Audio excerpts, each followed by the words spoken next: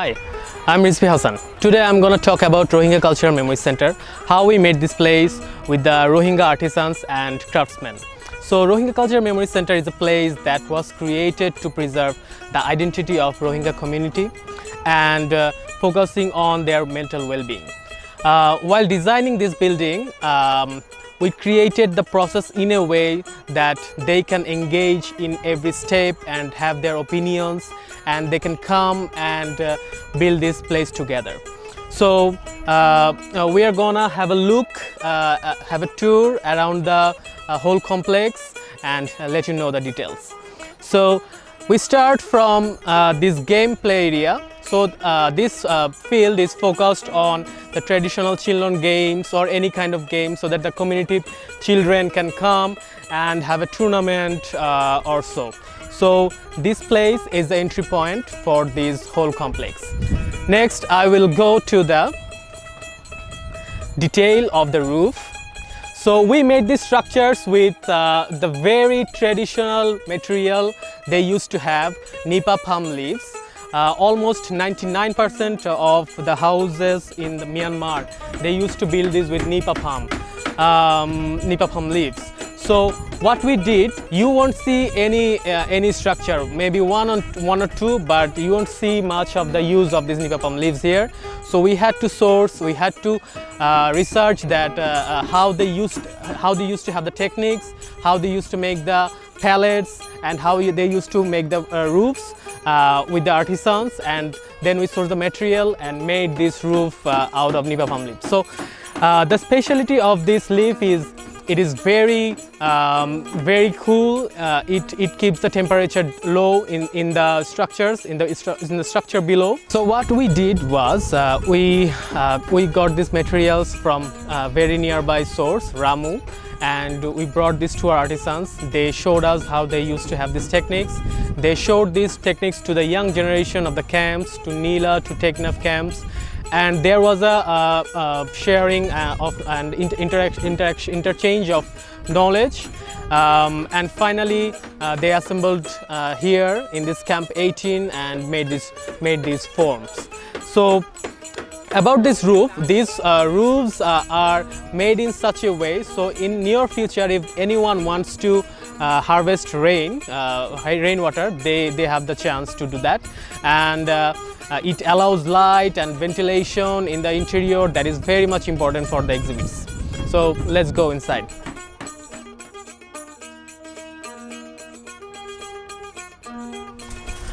So one thing was very important for this structure was that this structure had to be public, and we had to make sure that community people can come anytime here and have a sense of ownership as well. So we tried to intentionally avoid the fencing around, but we made sure of the security of the protection for the structure as well.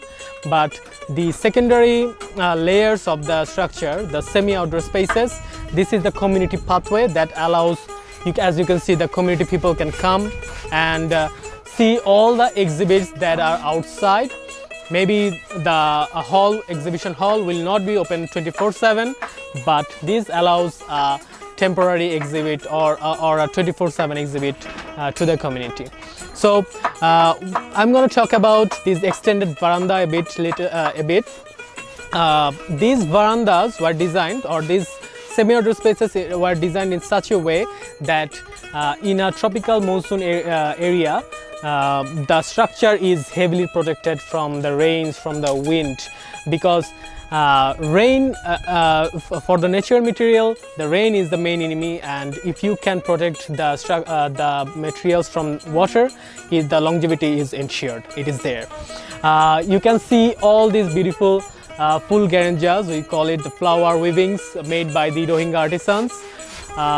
So that is put as a false ceiling or as a ceiling to ensure the security, so that no one can enter into the hall from the veranda. So this is all around the structure. So next I'm going to show you a beautiful installation or assemble of memories. This wall is called the windows of memories or the windows of stories, whatever you want to. But these are made of various windows that were made by different craftsmen, different artisans, and each have their own memory or story. So for example, this particular piece was made by Hussain Bhai. He had these type of windows in his home, and he thought of it, he sketched it, drew it, and made these out of wood. And these were made by Jabir Bhai, and you can see there are various idea or various stories in these windows as well. For example, Muhammad Nur Bhai made this beautiful house within the window that represents his house back in Myanmar, and these are very much operable, and these are also interactive for the children to come and play with and have a blast.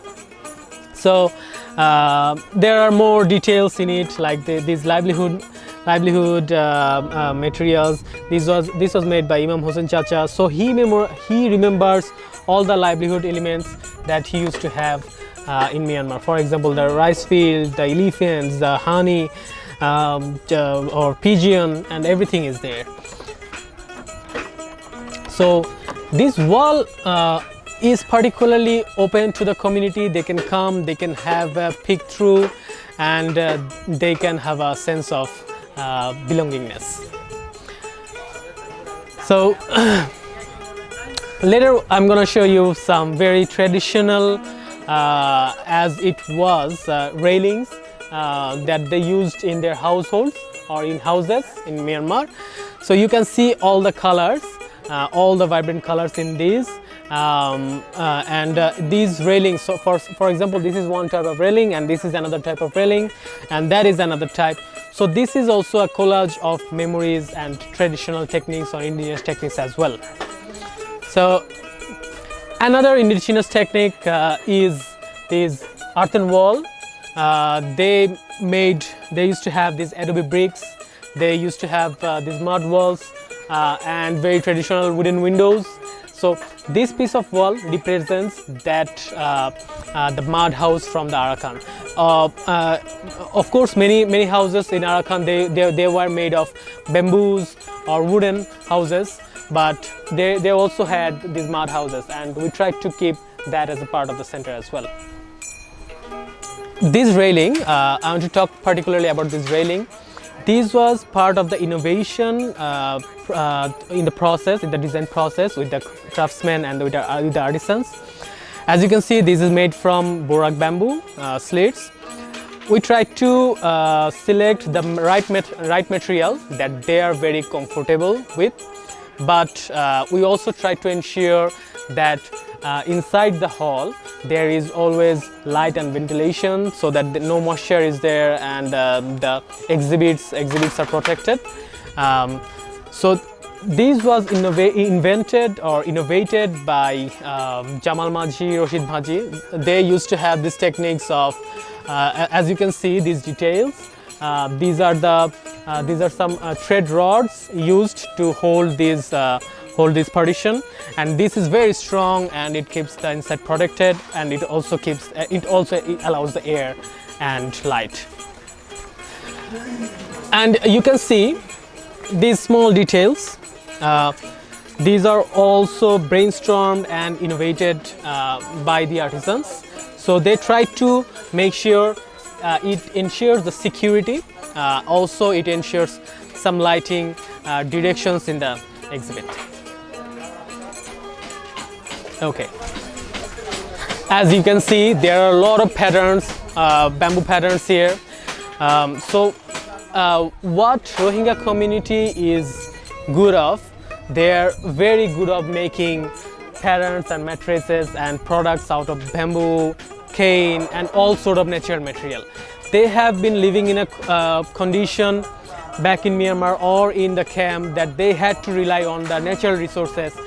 That is in one sense very sustainable, and they developed these very beautiful details, very beautiful patterns that shows how skilled they are and how patient they are while they are working. So you can see various patterns here, and we try to keep So that structure there, that is the brain of the whole complex, and this is the workshop and training area and the storage of the whole facility.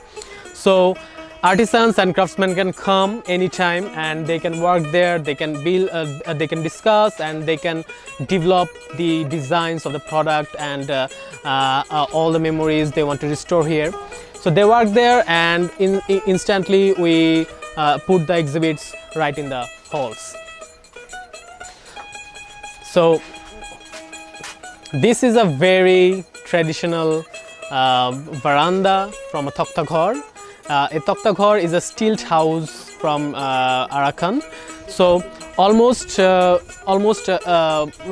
to 90% of houses in Arakan, they used to have these stilt structures, and they used to have these semi-outdoor spaces, because these spaces allowed them to gather, to have their guests, and to interact with their neighbors, and these were very memorable to them. And we decided to have these represented in the front or in the entry of the whole hall.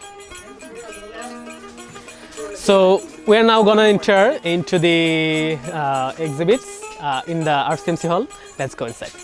As you can see, more weavings from bamboo and all the natural materials. These are mostly wooden frames and bamboo mattresses, bamboo mats that they used to have in their houses.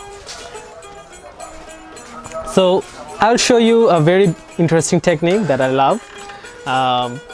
So out of these natural materials, they made this very modern and very effective design. So sliding doors and windows for the information booth.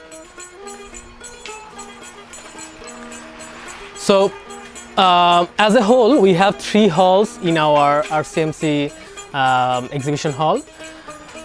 So the first hall, every hall has its own theme, and the first hall represents all the household items, their identity, where they were from, their origin, and their architectural models, their farming tools. So this hall represents more of who they are, and we have, as you can see, we have 4 gardens in this structure, and each and every garden represents one unique garden. For example, this is a kitchen garden. They used to harvest various like chili or tomato or various things from these gardens, and they used to cook. So this is based on that idea, that what they used to have in the kitchen garden. And so any children who can come, they will have thematic gardens, and they can learn from what are the plants used for. So this is also a knowledge base for the community. And you can see this is a Duluin. So this is the rice machine they used to have almost in every house, and this is this is kind of operable. You can see how you can come and see how the rice machine used to work. So what is interesting about the architecture and this product is, you see these patterns, they are called Duluin Ju. By Ju we mean weaving patterns, and this wall was made with this pattern as well. So the walls, the surfaces, the texture, the pattern of the structure has a meaning, has representations of their memory, of the techniques, of what they used to have. So next we are going to show you this Arakan map. We have a map here, so and the landmarks here. Children can come and learn about what they used to have, the structures they used to have there, the famous mosque or the famous bridge. They can learn, come and learn from here. This is a very beautiful flower garden. So all common flowers they used to have in the courtyard of the house. We tried to collect those names, and we tried to put as much as we can. So these gardens are all kind of living and ongoing projects that people can have workshops, people can have sessions, and they can come up with more new plants, and they can plant more, and it can go on changing every year or every 2 months. So now we proceed to the second hall. This hall is about their waterways, their potteries, and their livelihoods that was outside of home, that was in the field, that was in the rivers, in the canals. So the boats, the potteries, everything is exhibited here. So I'll show you another beautiful thing that we found out during the construction. So this is kind of a mini loom to make these beautiful bamboo chicks. The Rohingya people call it bara, basher bara. So yeah, so we didn't have much idea about it before the construction, and during the construction they all of a sudden came up with this loom, mini loom on site, and we saw this is very interesting. We found this very interesting and beautiful, and how they sew it. So we decided to have it as a part of the exhibit.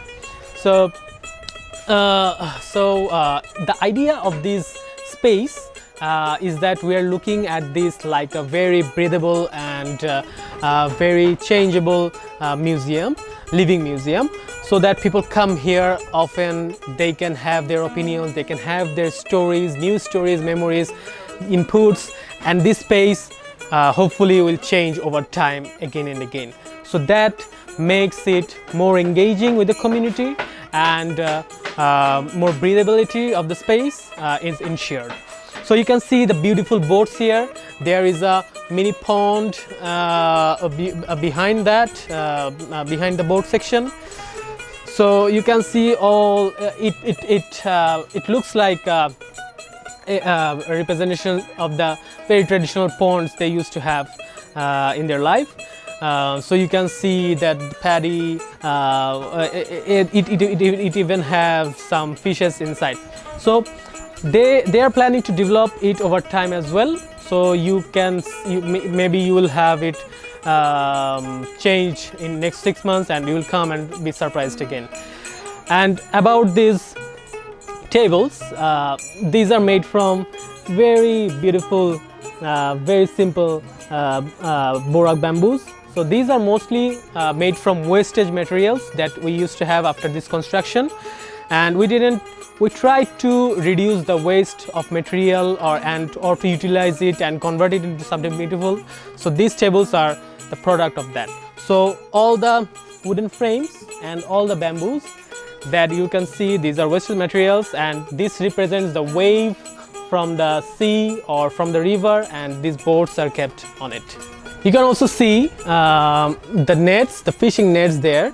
That is used in everyday life of the fishermen.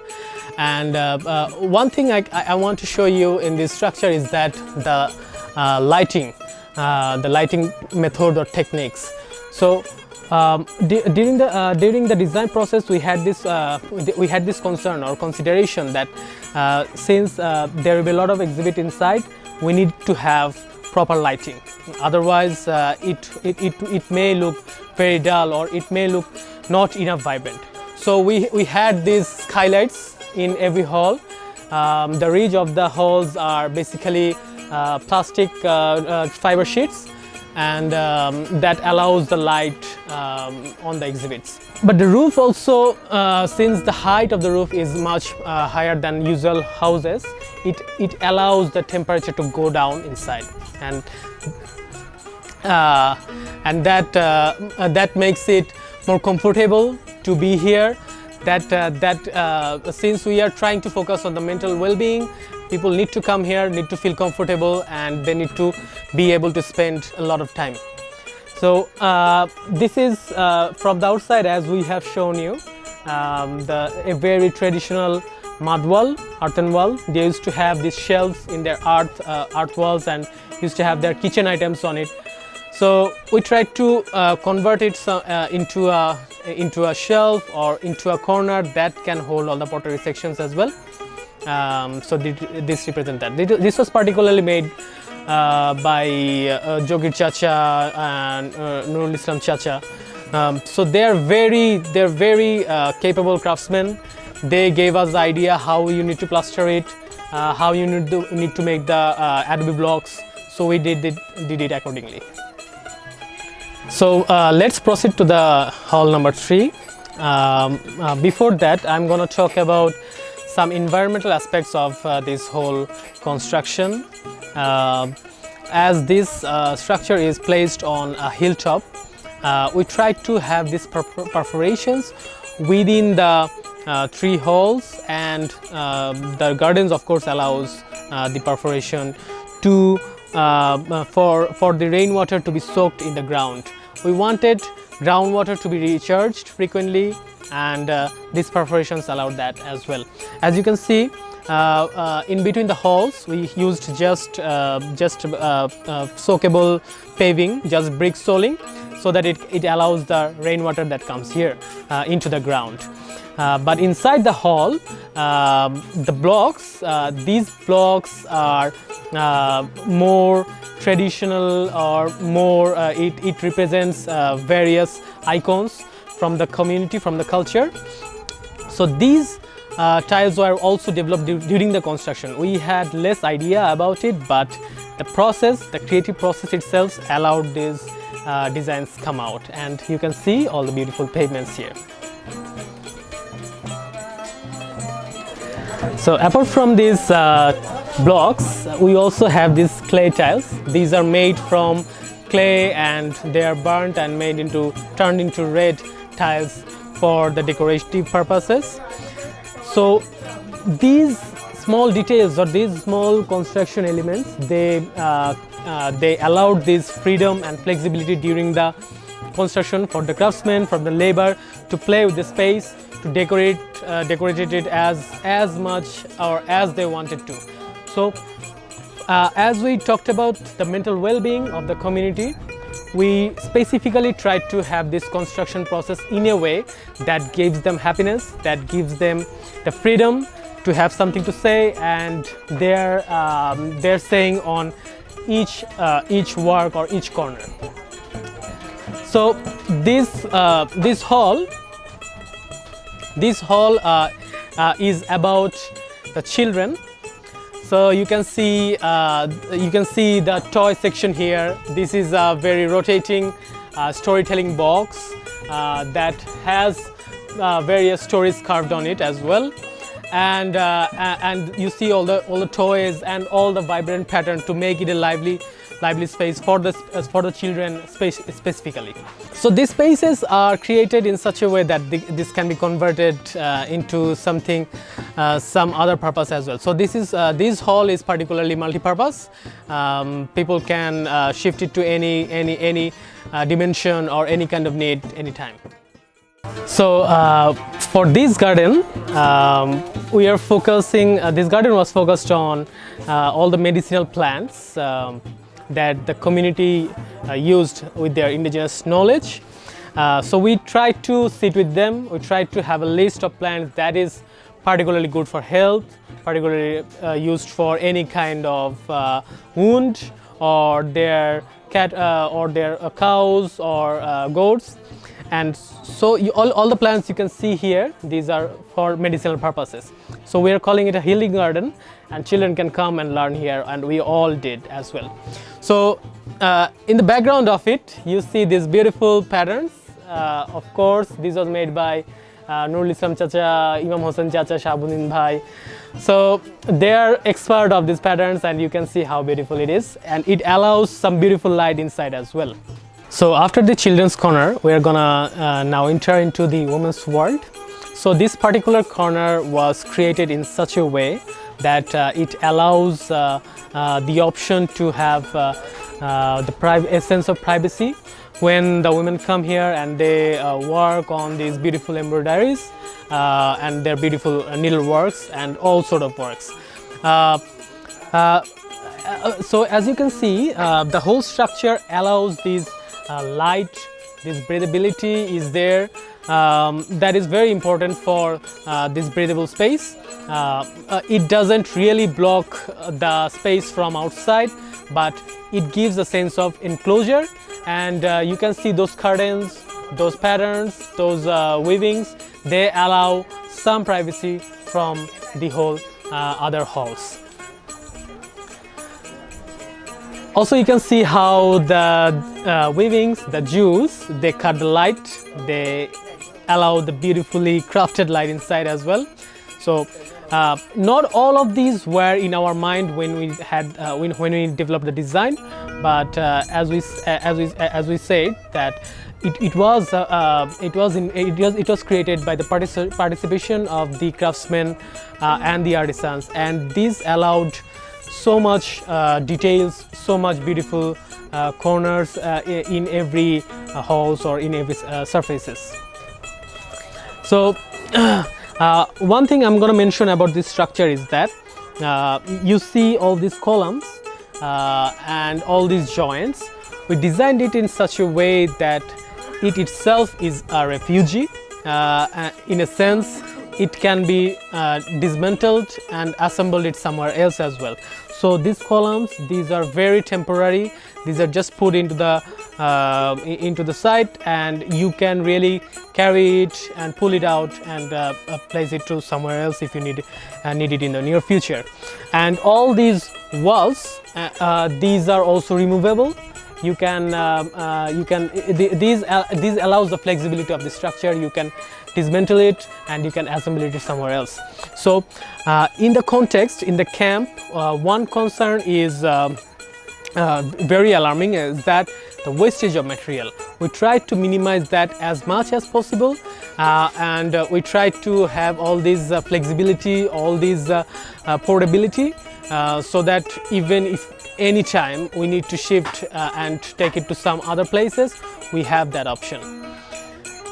So you see the windows from the inside, and that allows children to play with them again. And all these elements are here to pick and assemble, to have their knowledge shared, to have their wisdom shared, to have the stories shared as well. So I'll just go to outside from here. One thing is, look how clear the sky is visible.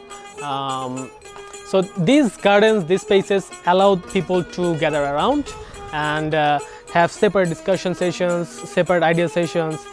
It allows the flexibility and serenity as well.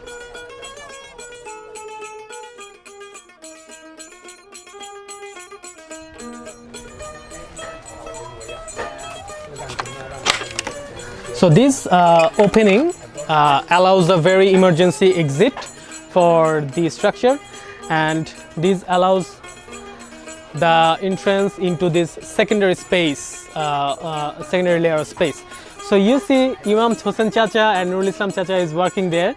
So they find this space very simple, very pleasant, very peaceful. So these secondary spaces allows our craftsmen to work in any space they want to, that allows the serenity, that allows their mental well-being. That is all from this structure. But one thing I'm going to mention is that since this whole complex is made from very temporary materials and very temporary schemes, and also it is in the camp, so this structure doesn't really create the certainty or I won't say it creates hope for the community, but it definitely creates strength and unity, and the idea of coming together, bonding together, and the ability to create such a place together even in such a temporary realm. So thank you.